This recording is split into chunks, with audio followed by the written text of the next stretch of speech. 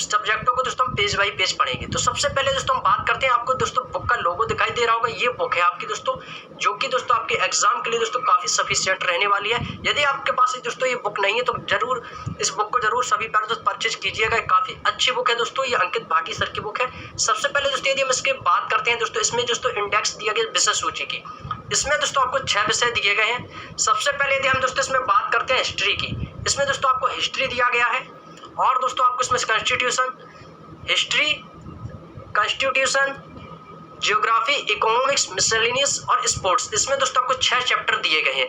इन सभी 6 चैप्टरों को दोस्तों हम कवर करेंगे दोस्तों, इन सभी 6 चैप्टरों को दोस्तों हम कवर करेंगे, और सभी चैप्टरों को दोस्तों हम क्रमानुसार दोस्तों पेज बाई पेज पढ़ेंगे। तो आज दोस्तों हम पढ़ने वाले हैं हिस्ट्री। सबसे पहला चैप्टर आज हमारा स्टार्ट होगा दोस्तों हिस्ट्री का। जैसे हिस्ट्री दोस्तों खत्म हो जाएगी उसके बाद हम दोस्तों कॉन्स्टिट्यूशन, संविधान का पढ़ाएंगे, वो भी दोस्तों पेज बाई पेज। तो सभी प्यारे दोस्त एक बार इस वीडियो को लाइक कर दें, और यदि चैनल पर नए हो तो चैनल को सब्सक्राइब कर लें और बेल आइकन को प्रेस कर लें, जिससे आने वाली सभी नोटिफिकेशन आपको समय पर मिल सके। और यह वीडियो दोस्तों आप लोगों के लिए दोस्तों काफी इंपॉर्टेंट रहने वाली है, चाहे आपका कोई भी एग्जाम हो। जैसा कि दोस्तों आपको बता दें कि जो आपके उत्तर प्रदेश पुलिस भर्ती परीक्षा जो दोस्तों भर्ती आने वाली है, इसमें दोस्तों आपके 8,714 पद दोस्तों पीएससी के भी इसमें शामिल कर दिए गए। तो आपकी वैकेंसी है दोस्तों ये 35,000 प्लस वैकेंसी होने वाली। तो यह आप लोगों के लिए दोस्तों बहुत ही अच्छी खुशखबरी है, और हो सकता है यह वैकेंसी दोस्तों आपको जून और जुलाई में देखने को मिल सकती है। तो अपनी तैयारी को दोस्तों कंटिन्यू करते रहिए। तो दोस्तों यह सीरीज आज आपसे आप सभी लोगों के लिए दोस्तों ये स्टार्ट की गई है। तो आज पहला चैप्टर है दोस्तों हिस्ट्री का। तो चलिए दोस्तों आज हम हिस्ट्री को पढ़ेंगे दोस्तों, हिस्ट्री के बारे में जानते हैं। तो सबसे पहला चैप्टर है, आप देख पा रहे होंगे हिस्ट्री, बिल्कुल शुरुआत और बिल्कुल बेसिक से पढ़ेंगे दोस्तों। आप ल्यूसेंट में भी पढ़ते रहिएगा, और साथ में दोस्तों इस येलो बुक को भी पढ़ना है। और दोस्तों जब भी आपका एग्जाम हो तो इस बुक को जरूर पढ़कर जाना दोस्तों। गारंटी है, 100% गारंटी के साथ कह रहा हूँ कि आपके एग्जाम में दोस्तों यूपी पुलिस में जितने भी दोस्तों क्वेश्चन बनते हैं, तो खासकर ज्यादातर क्वेश्चन आपके दोस्तों येलो बुक अंकित भाटी सर की ही बुक से दोस्तों आपको क्वेश्चन काफी देखने को मिल जाएंगे, जिससे दोस्तों आपको एग्जाम में कोई प्रॉब्लम नहीं होगी। ल्यूसेंट होता क्या है कि दोस्तों सभी के पास होती है, लेकिन कुछ पुस्तकें ऐसी होती हैं जो कि हमें ल्यूसेंट के साथ ऐड करनी पड़ती है। जैसे कि दोस्तों आपकी ल्यूसेंट हिंदी के साथ दोस्तों आपके अंकित भाटी सर की एक बुक है सामान्य हिंदी, उसको भी दोस्तों ऐड कीजिएगा। और जैसे कि आपको ल्यूसेंट तो होगी, सभी लोगों के पास होती है, जो पढ़ते हैं उनके भी पास, जो नहीं पढ़ते उनको भी पास दोस्तों ल्यूसेंट होती है, लेकिन ल्यूसेंट के साथ दोस्तों आपको येलो बुक भी ऐड करनी है। तो चलिए दोस्तों हम टॉपिक पर बात करते हैं। सबसे पहला चैप्टर दोस्तों हिस्ट्री। हिस्ट्री में दोस्तों आप बात करते हैं, थोड़ा जूम कर देते हैं जैसे आपको दोस्तों दिखने में कोई प्रॉब्लम ना हो। तो जैसे कि दोस्तों इसमें दिया गया है, पहला पॉइंट दिया गया है आपको दोस्तों इतिहास के जनक के बारे में। इतिहास का जनक दोस्तों कौन है, सभी को पता होगा, सभी प्यारे दोस्त बताएंगे। इतिहास के जनक, इतिहास के जनक कौन है दोस्तों? इतिहास के जनक है दोस्तों हेरोडोटस। कौन है दोस्तों? इतिहास के जनक है हेरोडोटस। मोस्ट इंपोर्टेंट क्वेश्चन है, पूछा जाता है कि इतिहास के जनक कौन है? हेरोडोटस। और दोस्तों इनकी जो पुस्तक का नाम है, इनकी पुस्तक का नाम है हिस्टोरिका। क्या नाम है इनकी पुस्तक का? इनकी पुस्तक का नाम है हिस्टोरिका। अब बात करते हैं दोस्तों प्रागैतिहासिक काल की। प्रागैतिहासिक काल क्या होता है दोस्तों? इसमें लिखा है कि वह काल जिसके लिए कोई लिखित सामग्री उपलब्ध नहीं है और जिसने मानव का जीवन अपेक्षाकृत पूर्णतः सभ्य नहीं था, उसे दोस्तों प्रागैतिहासिक काल कहते हैं। आपसे क्वेश्चन दोस्तों इसमें बन सकता है कि वह कौन सा काल है जिसमें मानव जीवन पूर्णतः सभ्य नहीं था? वह कौन सा काल है जिसमें मानव जीवन पूर्णतः सभ्य नहीं था? तो वह कौन सा काल हो जाएगा दोस्तों? प्रागैतिहासिक काल। अब बात करते हैं दोस्तों इसको कितने भागों में विभाजित किया गया है। तो दोस्तों इसको 3 भागों में विभाजित किया गया है। कौन कौन से दोस्तों आप देख पा रहे होंगे? पुरापाषाण काल, मध्यपाषाण काल और नवपाषाण काल। पुरापाषाण काल को दोस्तों अज्ञात काल से दोस्तों ये 8,000 ईसा पूर्व तक चला। और मध्यपाषाण काल की बात कर दे तो मध्यपाषाण काल है ये 8,000 ईसा पूर्व से 4,000 ईसा पूर्व। और नवपाषाण काल इसका काल है 4,000 ईसा पूर्व से 2,500 ईसा पूर्व। ये इंपॉर्टेंट है दोस्तों, तो इसको याद रखना। पुरापाषाण काल अज्ञात काल से 8,000 ईसा पूर्व, मध्यपाषाण काल 8,000 से 4,000, नवपाषाण काल 4,000 से 2,500 ईसा पूर्व। अब बात करते हैं दोस्तों आगे का आविष्कार। आग के आविष्कार जो दोस्तों हुआ था, ये हुआ था दोस्तों आपका पुरापाषाण काल में। किस काल में दोस्तों आग का आविष्कार हुआ था? आग का आविष्कार जो है आपका पुरापाषाण काल में हुआ था। नेक्स्ट है दोस्तों पहिए का आविष्कार। जो दोस्तों पहिए का आविष्कार है, यह आपका कब हुआ था? यह आपका नवपाषाण काल में हुआ था। कब हुआ था दोस्तों? पहिए का आविष्कार नवपाषाण काल में हुआ था। नेक्स्ट बात करते हैं दोस्तों मनुष्य के घर बनाने की जो प्रवृत्ति है दोस्तों, ये कब सीखी थी दोस्तों? यह सीखी थी उसने नवपाषाण काल में। याद रखना दोस्तों, जो पहिए का आविष्कार है यह भी दोस्तों आपका नवपाषाण काल में हुआ था। और जो दोस्तों मनुष्य ने जो घर बनाना है जो सीखा था यह भी आपका दोस्तों नवपाषाण काल में सीखा था। दोस्तों पूछा जाता है कि मनुष्य का सर्वप्रथम पालतू पशु क्या था? तो मानव ने दोस्तों सर्वप्रथम पालतू पशु क्या बनाया था? कुत्ता। कुत्ता जो था उनका दोस्तों सर्वप्रथम पालतू पशु था। सभी को पता होगा, बेसिक क्वेश्चन है दोस्तों। और जो दोस्तों कृषि का आविष्कार हुआ था यह भी दोस्तों आपका नवपाषाण काल में हुआ था। तो दोस्तों याद रखना नवपाषाण काल में क्या हुआ था? पहिए का आविष्कार भी दोस्तों नवपाषाण काल में हुआ था। मनुष्य जो घर बनाने की जो प्रवृत्ति थी यह भी दोस्तों नवपाषाण काल में सीखी थी। और जो दोस्तों कृषि का आविष्कार हुआ यह भी आपका नवपाषाण काल में हुआ था। नेक्स्ट दिया गया है दोस्तों पुरापाषाण काल में मानव की जीविका का मुख्य आधार शिकार करना था। देखिए दोस्तों जो पुरापाषाण काल में दोस्तों जो मानव का जो जीवन यापन वो किस प्रकार से करता था?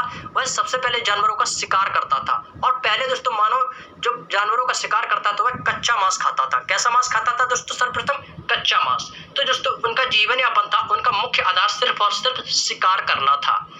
नेक्स्ट दिया है दोस्तों मनुष्य ने सबसे पहले तांबा धातु का प्रयोग किया।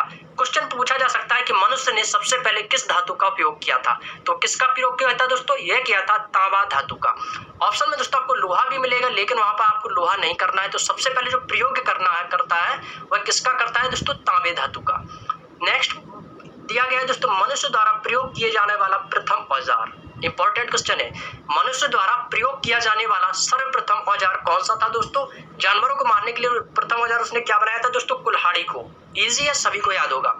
नेक्स्ट है दोस्तों कृषि का प्रथम उदाहरण कहां से प्राप्त हुआ था? Important question. जो दोस्तों कृषि का प्रथम उदाहरण है वो कहां से प्राप्त हुआ था? यह आपका प्राप्त हुआ था मेहरगढ़ से। कहां से प्राप्त हुआ था दोस्तों? यह आपका मेहरगढ़ से प्राप्त हुआ था। नेक्स्ट दिया है दोस्तों भारतवर्ष शब्द का सर्वप्रथम उल्लेख हाथी गुम्फा अभिलेख में मिलता है। इंपॉर्टेंट क्वेश्चन है दोस्तों, आपसे काफी बार एग्जाम में पूछा गया है। क्वेश्चन पूछा जाता है कि भारतवर्ष शब्द का सर्वप्रथम उल्लेख किस अभिलेख में किया गया था? तो आपको काफी ऑप्शन दिए जाएंगे, 4 ऑप्शन दिए जाएंगे। तो उसमें से तो आपको क्या चुनना है? हाथी गुम्फा अभिलेख। क्या होगा दोस्तों? हाथी गुम्फा अभिलेख में भारतवर्ष का उल्लेख मिलता है। नेक्स्ट क्या है दोस्तों मनुष्य द्वारा बोई गई सबसे पहली फसल कौन सी थी? तो कौन सी थी दोस्तों? गेहूं व जौ। हो सकता है दोस्तों आपको ऑप्शन में गेहूं ना दिया जाए तो जौ दिया जाए तो वहां पर आप जौ को चुनेंगे, जब जौ ना दिया जाए तो दोस्तों वहां पर आप गेहूं को चुनेंगे। तो मनुष्य द्वारा बोई गई सबसे पहली फसल कौन सी थी? गेहूं या जौ। नेक्स्ट दिया दोस्तों जिन सिक्कों पर लेख नहीं है उन पर जो चिन्ह बने हैं उनका ठीक ज्ञान नहीं है, ऐसे सिक्कों को दोस्तों क्या कहा जाता था? आहत सिक्के कहलाते थे। यानी कि दोस्तों जो उस काल में जो सिक्के हुआ करते थे दोस्तों उसमें कुछ लिखा हुआ नहीं था, उसमें दोस्तों क्या था? उसमें चिन्ह बने हुए थे। तो उन लोगों को दोस्तों उनको ज्ञान तो था नहीं, तो ऐसे सिक्कों को वो क्या कहते थे दोस्तों? आहत सिक्के कहते थे। क्या कहते थे दोस्तों? आहत सिक्के कहते थे। नेक्स्ट दिया है दोस्तों रोमिला थापर के अनुसार। एक वैज्ञानिक थे दोस्तों रोमिला थापर। तो रोमिला थापर के अनुसार दोस्तों लोहे का उपयोग 800 ईसा पूर्व में आरंभ हुआ था। रोमिला थापर के अनुसार जो लोहे का उपयोग है वह दोस्तों आपका 800 ईसा पूर्व में आरंभ हुआ था। क्वेश्चन पूछा जा सकता है कि लोहे का उपयोग किस काल में आरंभ हुआ था? तो यह हुआ था दोस्तों 800 ईसा पूर्व। किसने की थी दोस्तों? रोमिला थापर ने। अब बात करते हैं दोस्तों प्रमुख वेदों के बारे में। सभी को पता होगा कि वेद कितने होते हैं दोस्तों? वेदों की संख्या कितनी है दोस्तों? 4 है। वेदों की संख्या कितनी है दोस्तों? 4 है। भारत के सबसे प्राचीन ग्रंथ वेद का शाब्दिक अर्थ क्या होता है दोस्तों? ज्ञान होता है। वेदों का शाब्दिक अर्थ क्या होता है? ज्ञान होता है। और वेदों की संख्या कितनी थी दोस्तों? 4 थी। कितनी थी? 4। और कौन कौन से दोस्तों याद रखना? ऋग्वेद, यजुर्वेद, सामवेद और अथर्ववेद। कौन कौन से दोस्तों? ऋग्वेद, यजुर्वेद, सामवेद, अथर्ववेद। अब सबसे पहले दोस्तों हम इसमें बात करते हैं ऋग्वेद की। तो जो दोस्तों ऋग्वेद था यह सबसे प्राचीनतम वेद इसी को कहते हैं और सबसे पुराना वेद भी इसी को कहते हैं। और जो बाद का वेद है, जो सबसे बाद का यानी सबसे अंतिम वेद जो होता है वो होता है दोस्तों हमारा अथर्ववेद, जिसके बारे में हम दोस्तों आगे चर्चा कर रहे होंगे। तो सबसे पहले यहाँ पर हम बात करेंगे ऋग्वेद की। यह दोस्तों आपका सबसे प्राचीन वेद है यानी सबसे पुराना वेद है। इसमें दोस्तों यदि आपसे मंडल पूछे जाते तो इसमें दोस्तों आपके 10 मंडल हैं। और दोस्तों जैसे आपसे सूक्ति पूछी जाती तो इसमें 1028 सूक्ति हैं। और रचनाएं पूछी जाए तो 10,462 रचनाएं इसमें दी गई हैं। तो याद रखना ऋग्वेद जो है आपका सबसे प्राचीनतम वेद है। इसमें 10 मंडल है, इसमें 1028 सूक्ति हैं तथा 10,462 रचनाएं हैं। अब बात करते हैं दोस्तों अपने नेक्स्ट क्वेश्चन से। नेक्स्ट दिया है दोस्तों, यहाँ पे आप देख पा रहे होंगे ऋग्वेद के लिए दोस्तों आपसे शाखाएं पूछी जाए। ऋग्वेद की दोस्तों आपसे शाखाएं पूछी जाए तो दोस्तों शाखाएं कितनी है ऋग्वेद की? तो ऋग्वेद की जो शाखाएं दोस्तों ये ऋग्वेद की 5 शाखाएं हैं। कितनी शाखाएं? याद रखना, ऋग्वेद की 5 शाखाएं हैं। नेक्स्ट है दोस्तों देवता सोम। जो सोम देवता का उल्लेख है ऋग्वेद के किसवें मंडल में है? क्वेश्चन पूछा जाता है कि ऋग्वेद के किस मंडल में देवता सोम का उल्लेख है? तो याद रखना, देवता सोम का उल्लेख ऋग्वेद के 9वें मंडल में दिया गया है। ऋग्वेद के 9वें मंडल में सोम देवता का उल्लेख है। नेक्स्ट है दोस्तों ऋग्वेद में 21 नदियों का जिक्र मिलता है, और 21 नदियों का जो जिक्र है वो किस वेद में मिलता है? दोस्तों याद रखना, ऋग्वेद में मिलता है। क्वेश्चन पूछा जाता है कि 21 नदियों का जिक्र किस वेद में मिलता है? तो याद रखना किस वेद में मिलेगा दोस्तों? ऋग्वेद में 21 नदियों का जिक्र मिलता है। दोस्तों यदि आप इसका बुक का दोस्तों यदि आप स्क्रीनशॉट ले रहे हैं, अपने नोट्स जरूर बनाते रहना, तो दोस्तों आप लोगों के लिए काफी अच्छा रहेगा। नेक्स्ट है दोस्तों गायत्री मंत्र, जिसकी रचना किसने की थी? दोस्तों काफी बार एग्जाम में पूछा गया है कि गायत्री मंत्र की रचना किसने की थी? दोस्तों यह की थी विश्वामित्र ने। और गायत्री मंत्र का उल्लेख किस वेद में है? ऋग्वेद में पढ़ रहे हैं ना, तो ऋग्वेद में दोस्तों गायत्री मंत्र का उल्लेख है, और इसकी रचना किसने की थी? दोस्तों विश्वामित्र ने की थी। और इसका उल्लेख किस मंडल में है? दोस्तों इसका उल्लेख है आपका ऋग्वेद के 3रे मंडल में। क्वेश्चन पूछा जा सकता है कि ऋग्वेद के 3रे मंडल में किसका उल्लेख है? तो किसका उल्लेख हो जाएगा दोस्तों? गायत्री मंत्र का उल्लेख ऋग्वेद के 3रे मंडल में हो जाएगा। क्वेश्चन दोस्तों आपसे कुछ भी पूछा जा सकता है, घुमा फिरा के कुछ भी पूछेगा, लेकिन दोस्तों बस आपको याद रखना है कि गायत्री मंत्र की जो दोस्तों रचना की थी वो विश्वामित्र ने की थी, और गायत्री मंत्र का उल्लेख दोस्तों ऋग्वेद में मिलता है, और ऋग्वेद के 3रे मंडल में। तो क्वेश्चन कुछ भी पूछ दे। क्वेश्चन 1 है दोस्तों, इससे काफी क्वेश्चन बन सकते हैं। अब देखना दोस्तों गायत्री मंत्र का उल्लेख किस वेद में है? ऋग्वेद में। क्वेश्चन 1 बन गया। और किस मंडल में है? 3रे मंडल में। 2 किसने रचना की? विश्वामित्र ने। अब प्रश्न 1 है, इसी से दोस्तों आपके 3 प्रश्न बन गए। तो क्वेश्चन को इस तरीके से दोस्तों आपको पढ़ना है, समझना है, रटना नहीं है, सिर्फ आपको अच्छे से समझना है, तो आप एग्जाम में दोस्तों कभी गलत नहीं करेंगे।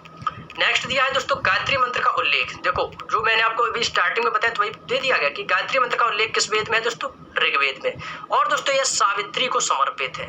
क्वेश्चन पूछा जा सकता है कि जो गायत्री मंत्र का उल्लेख जो ऋग्वेद में है दोस्तों, यह किसको समर्पित है? तो याद रखना है किसको समर्पित है दोस्तों, यह आपका सावित्री को समर्पित है। नेक्स्ट दिया है दोस्तों ऋग्वेद।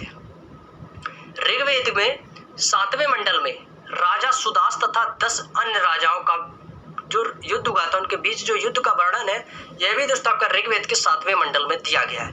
और इस युद्ध में राजा सुदास की जीत हुई थी, और यह युद्ध जो है आपका दोस्तों परशुनी नदी पर लड़ा गया था। क्वेश्चन पूछा जा सकता है कि परशुनी नदी का उल्लेख किस वेद में मिलता है? ऋग्वेद में मिलता है। बिल्कुल इजी है, क्योंकि अब ऋग्वेद अभी पढ़ रहे हैं। तो जो